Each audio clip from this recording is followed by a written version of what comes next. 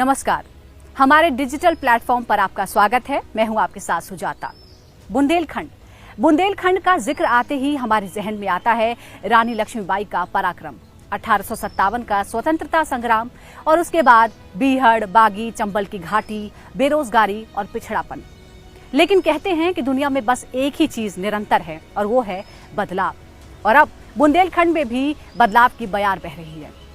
बुंदेलखंड में कुल 13 जिले आते हैं, जिसमें 7 उत्तर प्रदेश में और 6 मध्य प्रदेश में हैं। उत्तर प्रदेश के चित्रकूट, झांसी, महोबा, जालौन, ललितपुर, हमीरपुर, ये तमाम इलाके बुंदेलखंड का हिस्सा हैं।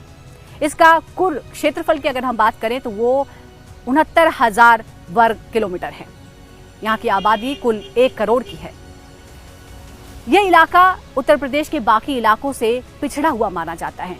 इस इलाके की अपनी समस्याएं, अपनी जरूरतें हैं और इस इलाके के लोगों को हमेशा अपनी उपेक्षा की शिकायत रही है। इसी वजह से कई बार अलग बुंदेलखंड प्रदेश की मांग भी होती रही है।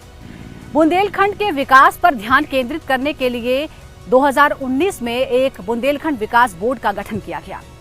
इस बोर्ड का कार्यकाल 3 साल रखा गया। इस बोर्ड की अहम जिम्मेदारी है क्षेत्रीय विषमताओं को दूर करने के लिए परामर्श देना, विकास कार्यों के लिए दिशा निर्देश देना, सूखे की समस्याओं से निपटने के लिए परामर्श देना, रोजगार के अवसर पैदा करना और साथ ही जो आवंटित बजट है उसका सही इस्तेमाल हो, इसकी निगरानी करना। वर्तमान की परियोजनाओं की अगर हम बात करें तो बुंदेलखंड में इस वक्त सबसे बड़ी परियोजना जो है वो है बुंदेलखंड एक्सप्रेसवे। ये एक्सप्रेसवे बुंदेलखंड के 7 जिलों को जोड़ेगा और इसके बन जाने के बाद चित्रकूट से लेकर दिल्ली की दूरी सिर्फ 6 घंटों में पूरी हो जाएगी। ये अपने आप में एक बड़ा क्रांतिकारी बदलाव होगा। इस एक्सप्रेसवे के बन जाने के बाद नए उद्योग धंधे लगेंगे, मैन्युफैक्चरिंग हब खुलेंगे, जिससे रोजगार मिलेगा और जो लोगों की बेरोजगारी है वो दूर होगी। इस एक्सप्रेसवे को लेकर इस पूरे इलाके के लोगों को बहुत सारी उम्मीदें हैं। इसके अलावा इससे ही जुड़ा है एक इंडस्ट्रियल डिफेंस मैन्युफैक्चरिंग हब। वो कॉरिडोर भी तैयार किया जा रहा है जो इस एक्सप्रेसवे के समानांतर ही तैयार होगा। इसके जो 6 नोडल्स हैं उसमें बुंदेलखंड के 2 जिले भी आते हैं, झांसी और ललितपुर। यहाँ मैन्युफैक्चरिंग हब बनेगा जिससे रोजगार होगा, विकास कार्य होंगे और इलाके में खुशहाली आएगी। 2021 के बजट में बुंदेलखंड की अगर हम बात करें तो यहाँ की विशेष परियोजनाओं के लिए 210 करोड़ रुपए आवंटित किए गए हैं। इसके अलावा बुंदेलखंड एक्सप्रेसवे के लिए 1492 करोड़, साथ ही श्री राम की तपोस्थली चित्रकूट में विकास कार्यों के लिए 20 करोड़ का आवंटन किया गया है।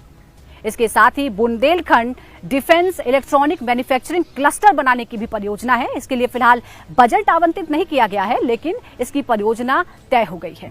इसके साथ ही बुंदेलखंड एक सूखाग्रस्त इलाका माना जाता है, तो तरह तरह की जल से जुड़ी हुई, सिंचाई से जुड़ी परियोजनाएं भी प्रदेश के इस इलाके में चलाई जा रही हैं। अगर चुनावी गणित की बात करें तो साल 2017 के विधानसभा चुनाव में बुंदेलखंड के लोगों ने बीजेपी पर बड़ा भरोसा जताया था और भरोसे के साथ उम्मीदों का बोझ भी आता है। वर्तमान योगी सरकार उस पर खरा उतरने की कोशिश कर रही है। कई नई परियोजनाएं लागू की गई हैं, कुछ परियोजनाएं पूरी हुई हैं, कई पूरी नहीं हो पाई हैं। कहते हैं बड़ा बदलाव आने में वक्त लगता है, लेकिन शुरुआत जरूरी है। वो शुरुआत बुंदेलखंड में हो चुकी है। बुंदेलखंड के लोग वर्तमान में उस विकास को अपनी आंखों से देख रहे हैं और साथ ही अपने भविष्य को लेकर आशान्वित हैं। हमारे साथ जुड़ने के लिए शुक्रिया।